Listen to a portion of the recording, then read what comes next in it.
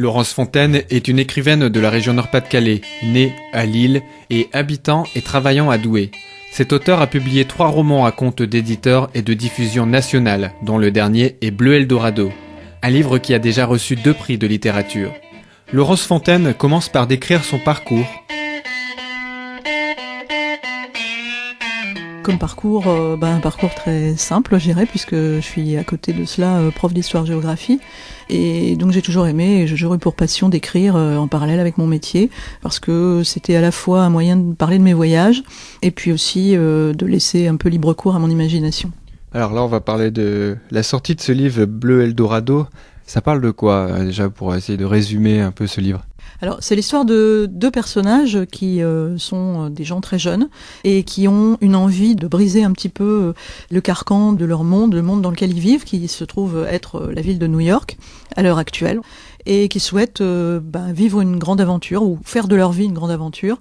Et ils ont un rêve, comme beaucoup de jeunes à l'heure actuelle, mais difficile à réaliser, qui est d'aller vers l'ouest et puis de découvrir peut-être leur vie d'adulte, découvrir ce qui les motive. Alors ils ont évidemment des rêves en rapport avec le cinéma, en rapport avec la musique, en rapport avec des réalisations artistiques, mais ils veulent surtout ne pas avoir une vie ordinaire. Donc je crois que c'est ce qui les motive au départ de partir. Et puis très rapidement, malgré toute cette bonne volonté, ils vont se retrouver un peu face à leur destin, sous la forme d'un personnage qui conduit une vieille voiture, qui est une vieille Cadillac Eldorado. Donc le nom a son importance, parce que c'est aussi la quête de l'Eldorado, mais donc c'est aussi le nom de la voiture. En rencontrant ce personnage, ils ont 2 options. Soit c'est quand même un concours de circonstances puisqu'ils font du stop, parce qu'ils n'ont plus d'argent pour continuer, et soit ils acceptent les conditions que ne leur révèle pas le personnage pour arriver en Californie, ou alors ils repartent à New York et ils se reconfrontent à la réalité. Mais s'ils veulent continuer à avoir du rêve, ils doivent accepter les conditions, et petit à petit, ne sachant pas qui est ce personnage ni ce qu'il veut ou ce qu'il leur veut, ils sont obligés d'accepter le covoiturage en quelque sorte, avec une incertitude sur l'issue et sur peut-être le fait de mettre leur vie en danger pour accéder justement à ce rêve californien. Alors on découvrira, si vous le voulez bien, peut-être un extrait de ce livre tout à l'heure, pour le moment. Pourquoi aussi les États-Unis? C'est suite aussi à un voyage là-bas. Pourquoi cette envie d'écrire aussi sur ce pays, sur l'Eldorado aussi plus précisément? Oui, alors en fait c'est pas un voyage, c'est même plusieurs, mais j'ai eu l'idée du livre avant de faire les voyages. J'avais vraiment envie d'écrire sur les États-Unis. C'était mon rapport avec bien sûr mon époque, ma génération, les choses que je voyais à la télé. C'était vraiment le cinéma essentiellement, et puis les contrées sauvages, les horizons à perte de vue. Ça me faisait rêver quand je voyais ça au cinéma ou à la télé en étant jeune, très jeune même. Et donc vers l'âge de 20 ans, j'ai très rapidement eu l'idée de ces 2 personnages qui faisaient une fugue à partir de New York pour vivre une grande aventure. Et en fait, je suis ensuite allée aux États-Unis, c'est-à-dire que j'ai eu l'idée avant du roman, et je suis allée aux États-Unis après plusieurs fois. Et chaque fois que j'y allais, je prenais des notes sur des carnets de voyage, j'approfondissais un petit peu ma connaissance du pays, et ça me servait de nourriture en quelque sorte à mon travail imaginaire. Je me suis servi de mes voyages aux États-Unis comme des petits laboratoires d'expérience ou d'analyse qui me permettaient d'enrichir et de rendre plus consistante l'histoire que j'inventais. Alors, est-ce qu'on peut découvrir quelques extraits de ce livre Bleu Eldorado là, pour peut-être mettre un peu à la puce à l'oreille à nos auditeurs aussi, qu'ils aient ensuite envie de le lire? Alors oui, je pense que un des extraits qui peut être intéressant, c'est justement le moment où il va y avoir cette rencontre un peu fatale entre les personnages, les 2 jeunes, et puis le conducteur de la Cadillac qui arrive d'une manière assez spectaculaire durant un orage, parce qu'ils sont obligés de faire du stop parce qu'il pleut et ils sont trempés comme des soupes. Donc c'est le jeune homme qui parle parce qu'il vient de voir arriver la voiture. Remis de mon éblouissement, je distingue une sorte de monstre d'acier bleuté, tout feu allumé, chrome et aileron saillant. Je me frotte les yeux pour m'assurer que je ne suis pas en train de rêver.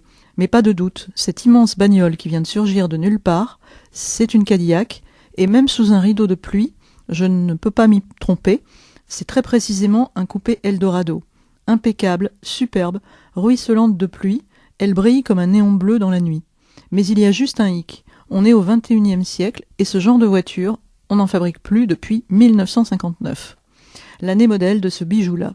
La voiture semble nous attendre. Personne n'en descend, mais la portière droite s'ouvre, tandis que le tonnerre et les éclairs redoublent de violence autour de nous.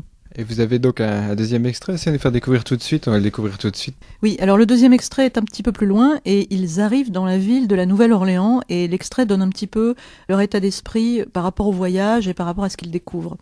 Donc là, c'est la jeune fille qui s'appelle Kate qui parle, puisqu'ils parlent alternativement. Il y a des gens qui passent leur temps à attendre qu'un événement change leur vie. Ils voudraient avoir le pouvoir, l'amour ou toutes les réponses à la fois. Mais je pense qu'en fait, ils attendent juste d'avoir une deuxième chance. Vivre une autre vie dans laquelle toutes les années passées seraient effacées et où ils pourraient recommencer. Rien de mauvais ne leur serait arrivé et tout serait encore possible. Après le passage de l'ouragan sur une ville et tout ce qui est arrivé à la Nouvelle-Orléans, c'est un peu cette ambiance d'attente d'un avenir meilleur qui y règne. Well, I wished I was happy, swelling deep down, deep blue sea.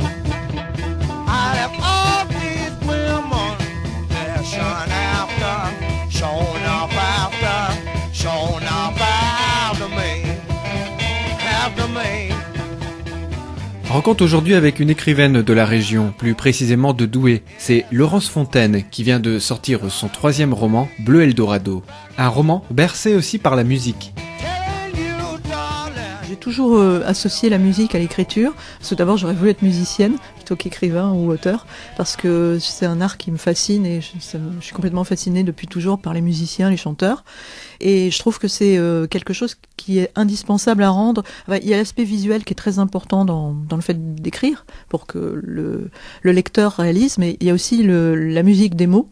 Et il faut rendre, en fait, quelque part, une sorte de partition musicale à travers des mots. Et il faut créer un rythme dans la phrase, mais aussi créer, par exemple, là, il y a un moteur, il y a une voiture, donc c'est un rythme continu, c'est un ronronnement continu.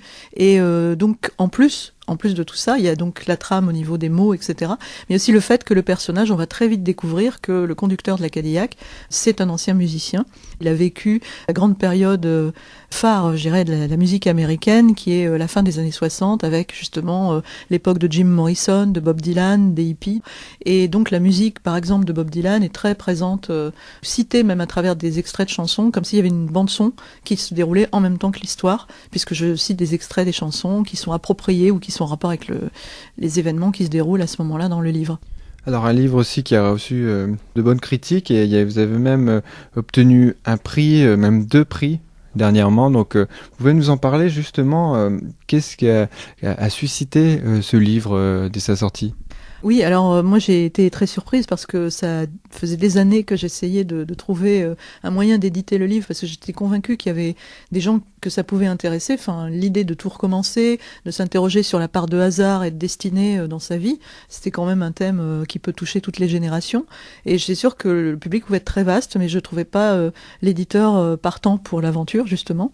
Et j'ai été très étonnée d'être contactée donc par la maison d'édition des nouveaux auteurs à Paris, une maison d'édition qui fonctionne essentiellement par Internet et qui recrute des lecteurs en ligne sur Internet qui vont donner leur point de vue sur le livre. Et très rapidement, en lisant les critiques de ces lecteurs qui avaient permis donc la publication et l'attribution du prix du roman d'évasion, donc un prix qui est lié à des coups de cœur justement d'un certain nombre de lecteurs, je me suis rendu compte que le livre avait vraiment suscité des réactions très très positives et très enthousiastes, même certaines critiques qui étaient même au-delà de ce que je pouvais imaginer sur mon livre.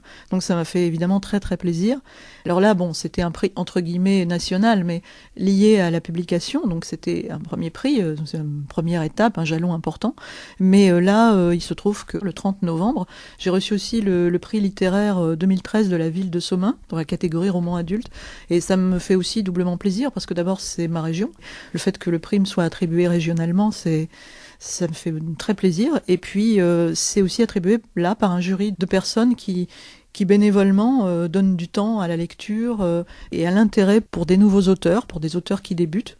Vous parliez de la région Nord-Pas-de-Calais, vos livres se passent toujours dans d'autres pays. Est-ce que ça vous est déjà arrivé d'avoir envie d'écrire aussi sur cette région ?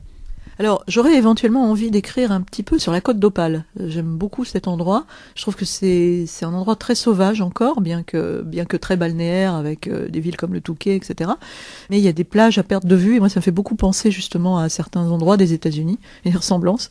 Et donc là, ça m'inspire. Mais en fait, je suis un peu bloquée par l'univers urbain et post-industriel, où là, je me sens pas très à l'aise. Donc en fait, non, j'ai toujours placé mes livres dans des endroits qui étaient extérieurs au Nord-Pas-de-Calais, mais qui, en même temps, sont un petit peu universels parce qu'ils véhiculent. D'ailleurs, vous avez un blog que vous suivez où on peut retrouver plus d'informations ? Oui, alors en fait, il suffit de taper Bleu Eldorado. Bon, éventuellement mettre mon nom derrière, et très rapidement, il y a mon blog qui est facile d'accès. Puis il y a également mon profil Facebook avec mon nom, et puis il y a aussi une page que j'ai créée sur Bleu Eldorado où je mets un petit peu l'actualité, puis des photos aussi, beaucoup, même des vidéos des États-Unis, mais selon mon point de vue, ma façon de voir les choses et aussi mes photos personnelles, ça rapporte un petit peu d'image au texte.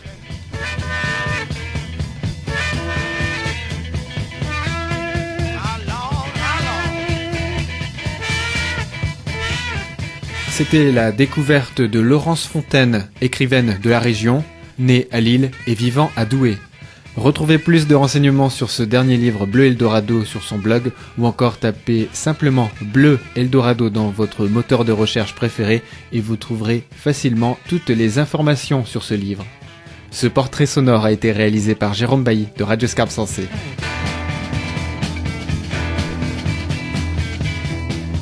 Une émission proposée dans le cadre des productions coopératives des radios associatives du nord de la France.